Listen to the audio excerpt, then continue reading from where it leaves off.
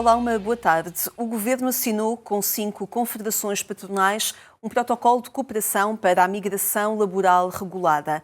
Trata-se de um mecanismo que entra em vigor já a partir do dia 15 e que envolve diferentes setores com o objetivo de agilizar a contratação de cidadãos estrangeiros e cumprir necessidades de alojamento, viagem e saúde. Vamos olhar para este protocolo com a diretora da Obra Católica Portuguesa de Migrações. Antes, convido a acompanhar outros temas da atualidade religiosa e a caminhar neste jubileu do Ano Santo de 2025 na companhia do Cardeal Dom Manuel Clemente.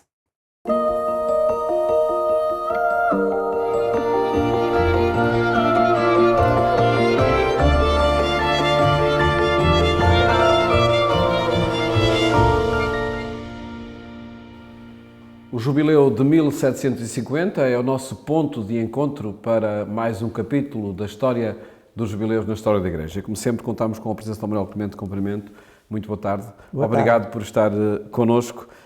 Vamos a este capítulo na história dos jubileus e, como dizia, na última semana, ao longo deste século XVIII, sempre com particularidades muito acentuadas. Sim. Como nós vimos na última conversa, a propósito do jubileu de 1725, um jubileu muito tridentino, do tempo do Papa Bento XIII. Agora, o de 1750, que é o grande jubileu do século XVIII. O grande jubileu, e terá que passar muito tempo para haver um jubileu como foi esse de 1750.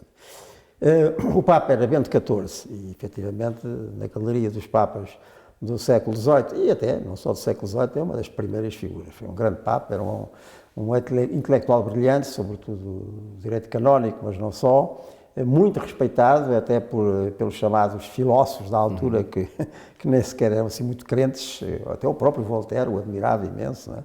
Pela sua inteligência, pela sua sabedoria. É efetivamente uma grande figura de meados do século XVIII, o Papa Bento XIV, e este é o seu jubileu. Estamos em 1750 e vai ter uma participação também muito grande, de gente de todo o lado, durante todo esse ano em Roma, o Papa muito presente e tem algumas características especiais. Por um lado, isso, a grande afluência de gente, o relevo que a figura do Papa Bento XIV deu a este jubileu e depois também a insistência espiritual propriamente dita. Ele convocou para Roma tudo quanto havia de pregador de categoria, digamos assim, os pregadores mais conhecidos. E entre eles veio a figura, que é a grande figura deste jubileu de 1750, que é um franciscano, agora santo, São Leonardo de Porto Maurício. São Leonardo de Porto Maurício é a grande figura deste jubileu, como pregador, que fez de Roma, ele e outros pregadores, fizeram de Roma uma missão permanente durante todo o ano. E por isso, com certeza, fluíam aquelas multidões de peregrinos, que eu já disse, muito grandes neste jubileu, de 1750, e lá andavam de basílica em basílica a fazer tudo aquilo que estava previsto fazer-se nos jubileus e também para lucrar em diligência para si e para os seus falecidos, mas ao mesmo tempo, por toda a Roma e até em espaços públicos como a Piazza Navona, né, havia pregações. E pregações há século XVIII podiam demorar horas, não é? Nós hoje, se elas demoram mais de 10 minutos, um quarto de hora, já achamos que é demais. E naquela altura não havia bancos, não é? Quem queria levava à centro de casa, não é? Só ficava em pé, não é? Aquelas multidões acorriam, pregações assim exuberantes, nesse aspecto muito barrocas, portanto, muito expressivas. E o Frei Leonardo de Porto Maurício, então, era expressivo à última casa. Aquelas pregações eram sempre muito pretenciais, muito à conversão, muito perante os chamados novícios, mortos, juízes, inferno e paraíso, vejam lá o que é a vossa vida e vejam lá o que vai ser a vossa morte, e portanto, muito fortes. E imaginemos, quem conhece Roma e conhece a Piazza Navona, cheia de gente e sem altifalantes. Mas eles lá tinham maneira de se expressar e de ribombar, não é? Com aqueles vozeirões, e o Frei Leonardo de Porto Maurício assim fazia. Eram, como digo, pregações muito expressivas, porque depois aquilo, a certa altura, para falar da paixão do Senhor, não hesitava em flagelar-se também e pôr uma coroa de espinhos na cabeça, aquela multidão entrava toda, não digo em delírio, mas quase em êxtase. Eram momentos assim fortíssimos que nós hoje já não estaríamos propensos, porque temos outra sensibilidade, mas que naquela altura, pronto, mexia na vida de muita gente. E o Frei Leonardo de Porto Maurício ainda vai insistir numa devoção, que não é ele que a vai criar, e que chegou aos nossos dias, e que, por exemplo, na nossa Quaresma, com as expressões de Senhor do Espaço e outras também estão aí, que são as vias sacras, não é? Ou via crucis, portanto, o caminho da cruz. Reproduzir com aquelas multidões que o seguiam, e muitas vezes, durante esse ano, foram centenas de vias sacras que se fizeram em Roma, aquilo que foram os passos de Jesus até ao Gólgota, até ao Calvário, e depois a sua sepultura. E aquela multidão que corria, as vias sacras que se faziam, e uma muito em especial, que dura até aos nossos dias, como nós vemos em cada Sexta-feira Santa na transmissão televisiva, que é a Via Sacra no Coliseu de Roma. No Coliseu de Roma, portanto, aquela evocação dos antigos mártires cristãos, embora a maior parte dos martírios antigos não fossem propriamente no Coliseu, mas ali perto, num enorme recinto, num anfiteatro, mas enfim, era por ali, por aqueles sítios, e isso ainda mais mexia com o coração das pessoas, dos peregrinos, e isso tudo fazia deste jubileu de 1750, com toda esta imensidão de gente e com toda esta expressividade, digamos assim, barroca, de conversão à maneira daquele tempo, não é? Algo de muito especial. É o grande jubileu do século XVIII, e o Papa Bento XIV, sendo uma pessoa tão inteligente, tão erudita, etc., também coincidia muito nestes sentimentos, de tal maneira que ele praticamente todas as semanas tinha encontros com o Frei Leonardo de Porto Maurício, lá em Roma, e isto era tudo muito conjugado. É um aspecto interessante disto que nós temos visto, da história dos jubileus, que são manifestações do povo de Deus no seu conjunto, mas os protagonistas são cada um em cada altura, ou cada uma, como já vimos também em alguns casos. Sim. Vimos Brígida da Suécia no século XIV, vimos a Cristina da Suécia do século XVII, vimos a Maria Casimira da Polónia também no final desse século. Aqui a grande figura é efetivamente estes pregadores e, em especial, o Frei Leonardo de Porto Maurício, com devoções que ficaram. Não foi ele que as inventou, como concretamente a Via Sacra, mas deram-lhe muita expressão, e depois está claro com aquelas multidões que afluíam a Roma e depois voltavam para os seus países, não é?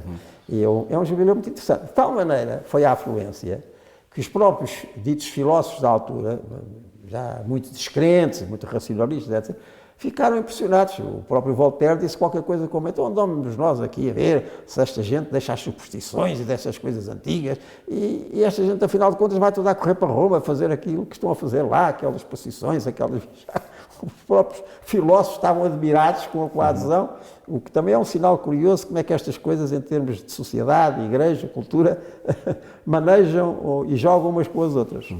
Ativando sempre aí também a reflexão e o pensamento, cada vez de forma mais transversal.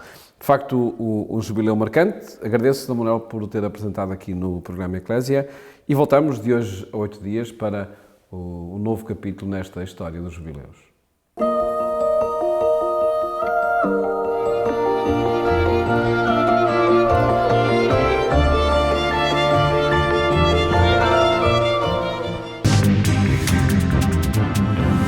A Igreja como lugar de esperança foi tema de debate na Universidade Católica Portuguesa para olhar o acolhimento e a integração de pessoas migrantes. A iniciativa partiu do Centro Padre Alves Correia e articulou-se com o Jubileu da Caridade, dinamizado no Patriarcado de Lisboa. A Universidade Católica Portuguesa acolheu um momento de reflexão que quis sublinhar o Jubileu dos Migrantes para mostrar uma Igreja em saída. E acreditamos que esse movimento deve vir precisamente dentro da Igreja. Acreditamos que, enquanto leigos e leigos comprometidos, envolvidos na sociedade, particularmente na intervenção com estas pessoas, temos este dever de provocar este diálogo, este encontro, e no fundo podermos, através de ações concretas, mostrar que temos muito mais que nos aproxima do que aquilo que nos divide enquanto seres humanos.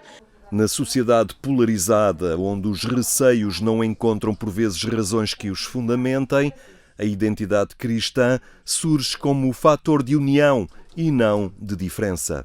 É uma oportunidade de fazermos acontecer o Evangelho da forma que ele está escrito efetivamente, porque a palavra é muito clara e não deixa grandes margens de interpretação, pelo menos é assim que eu entendo. E Jesus, quando nos fala na parábola do bom samaritano, quando nos pede que sejamos de portas abertas ao estrangeiro, é isso mesmo que nós queremos fazer, e é essa igreja que nós representamos e é a única igreja em que acreditamos. O Jubileu da Caridade, dinamizado entre janeiro e março pelo Departamento da Pastoral Socio-Caritativa do Patriarcado de Lisboa, dedicou uma semana ao Jubileu dos Migrantes. Julgámos que, por proximidade com este trabalho de migrantes e que nós desenvolvemos também no âmbito da nossa atuação, que nos juntávamos ao Jubileu dos Migrantes numa semana antes. Portanto, estamos aqui a duplicar, a alargar o âmbito de trabalho, a sensibilizar mais pessoas e sensibilizar sobretudo as paróquias e os grupos de ação social, que são as pessoas que estão na primeira linha e que acolhem as pessoas que estão numa situação mais complicada ou que precisam por alguma razão de ajuda. Um desafio perante o qual ninguém está dispensado e que deve envolver as comunidades cristãs. Se calhar é aqui que é a pedra de toque do testemunho cristão, ou seja, não há fé cristã sem caritas, sem caridade, sem verdadeiro amor que faz viver, sem vida partilhada e isso, o dar esperança não é dar esperança nas nuvens, é pôr os meios que permitam que as pessoas construam a sua vida com dignidade e autonomia, sendo nós aqueles que acolhemos e que também temos a ganhar tanto com a sua presença, com a sua vinda. Os migrantes, a sua condição e desafios, olhados neste Jubileu da Caridade da Diocese de Lisboa como indicador de caminho para uma igreja em saída. Acho fantástico e acho que está muito em linha com aquilo que tem sido o propósito até deste pontificado, não é? Colocar os migrantes no centro. Nós vamos encontrar num dos documentos que os migrantes são a pedra angular para o nosso mundo, não é? Não podemos pensar mais um mundo sem os migrantes e a Igreja também não pode pensar ser Igreja sem os migrantes ou sem a pastoral das migrações. Portanto, é uma iniciativa boa, importante, e é importante envolver também as comunidades católicas. Dom Rui Valério sublinha que este momento é uma nova página da história que solicita a capacidade de empreender caminhos novos. Os grandes passos civilizacionais, as grandes transformações que se operaram na humanidade, sobretudo na configuração do mundo, aconteceu graças aos fluxos migratórios.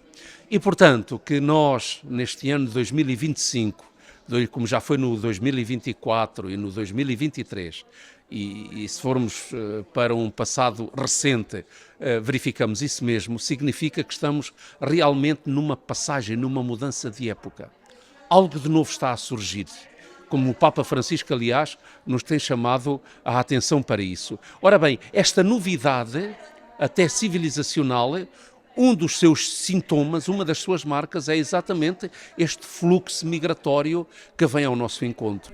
O Jubileu da Caridade na Diocese de Lisboa foi dinamizado entre janeiro e março pelo Departamento da Pastoral Socio-Caritativa, dedicando uma semana ao Jubileu dos Migrantes.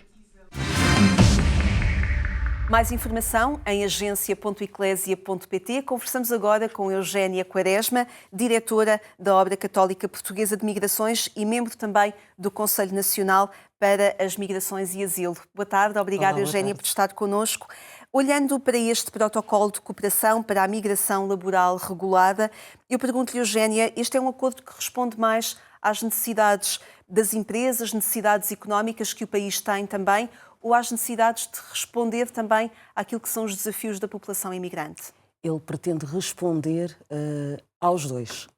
Portanto, é aqui uma ponte daquilo que nós defendemos, que é uma via regular e segura para que os migrantes possam chegar a Portugal e que venham, no fundo, trata-se de recrutar nos países de origem para que venham trabalhar em Portugal, tendo assegurada algumas condições, desde a aprendizagem da língua, a questão do alojamento, a questão da saúde, estar toda assegurada. As viagens também, e de as uma forma viagens regular. Também. Aqui, um parceiro importantíssimo é a Direção-Geral dos Assuntos Consulares, porque isto vai impactar de uma maneira muito forte com os consulados nos países de origem, e é preciso...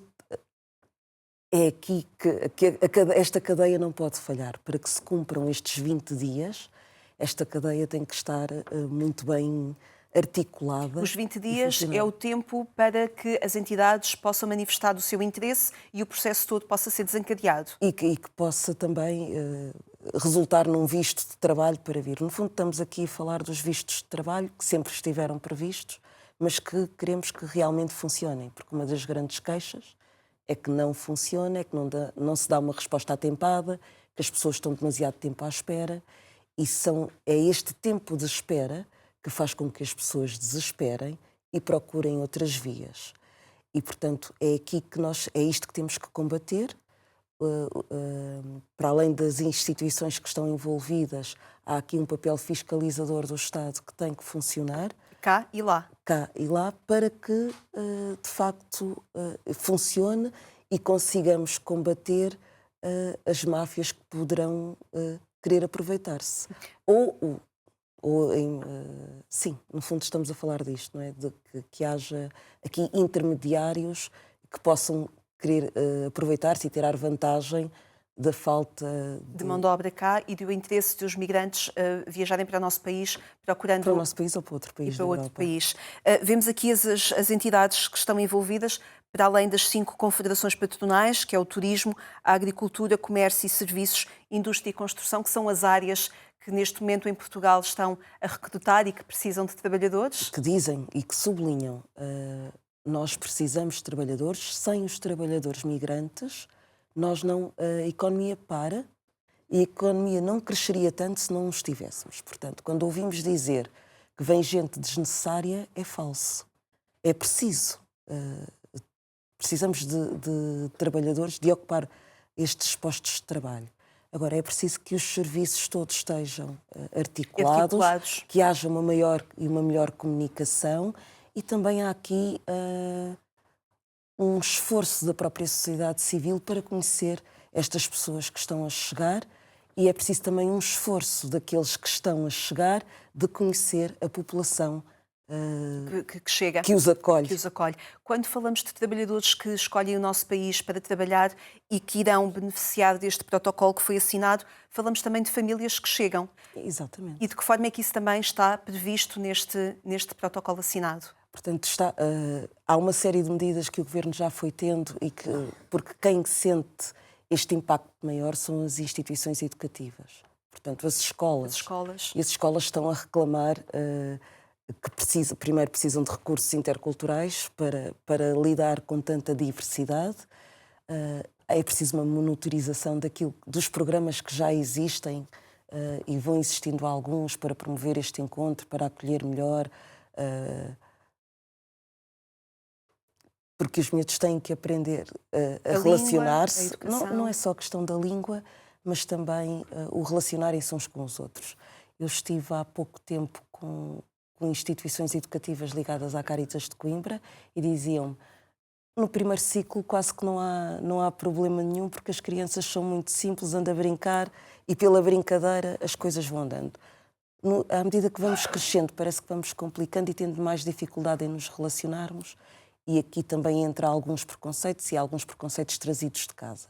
E, portanto, é preciso combater esses preconceitos, é preciso reconhecer, entrando aqui naquilo que é a orientação da Igreja, sabemos que existe a tendência para o racismo e para a xenofobia por causa do medo, então vamos reconhecer e vencer o medo. É esta a primeira resposta para vencer este desafio do desconhecido. Vamos reconhecer e vencer o medo, vamos promover o encontro, é uma segunda resposta que a Igreja... Está a falar das orientações pastorais. Para a interculturalidade, vamos escutar e ter compaixão, porque se nós conhecermos as histórias, se calhar localmente, nós conseguimos pensar soluções para aquelas vivências. Algumas delas não estão muito longe daquilo que nós passamos enquanto portugueses que foram para fora e, portanto, que soluções criativas existiram e que soluções criativas precisamos de criar para responder, para que as pessoas, no fundo, estamos a falar de defender a dignidade humana e de treinar o nosso olhar para não vermos no migrante temos que reforçar esta ideia. Migrar não é crime. Migrar não é crime. E estas medidas procuram defender esta causa, e é preciso que o cidadão comum também aprenda a reconhecer isto. E ele só reconhece isto se entrar em relação. Sim, sim. Se não houver relações de proximidade, se eu ficar escudado ou escudada no medo, não consigo avançar nesta cidadania. Deixe-me só referenciar as outras entidades que estão envolvidas neste protocolo, para além das confederações patronais, como referimos, a Direção-Geral dos Assuntos Consulares, como a Eugénia referiu também, e das comunidades portuguesas, também a AIMA, a Agência para a Integração, Imigrações e Asilo, a Unidade de Coordenação de Fronteiras e Estrangeiros, no Sistema de Segurança Interna e também o Instituto de Formação e Emprego Profissional. De que forma é que nós podemos também monitorizar a aplicação concreta deste protocolo e perceber que ele de facto está a resultar e está a adequar-se àquilo que é a realidade portuguesa, tanto dos que moram cá como daqueles que procuram o nosso país para trabalhar? Não só a questão da monitorização que estas entidades vão fazendo, porque vão e temos uma monitorização quantitativa, mas creio que a qualidade destes atendimentos é muito pelas associações de imigrantes, as instituições da Igreja que fazem atendimento e, portanto, é importante a sociedade civil contribuir para a avaliação da qualidade, porque há um interesse, pelo menos isto foi-nos manifestado, de não nos esquecermos dos direitos humanos.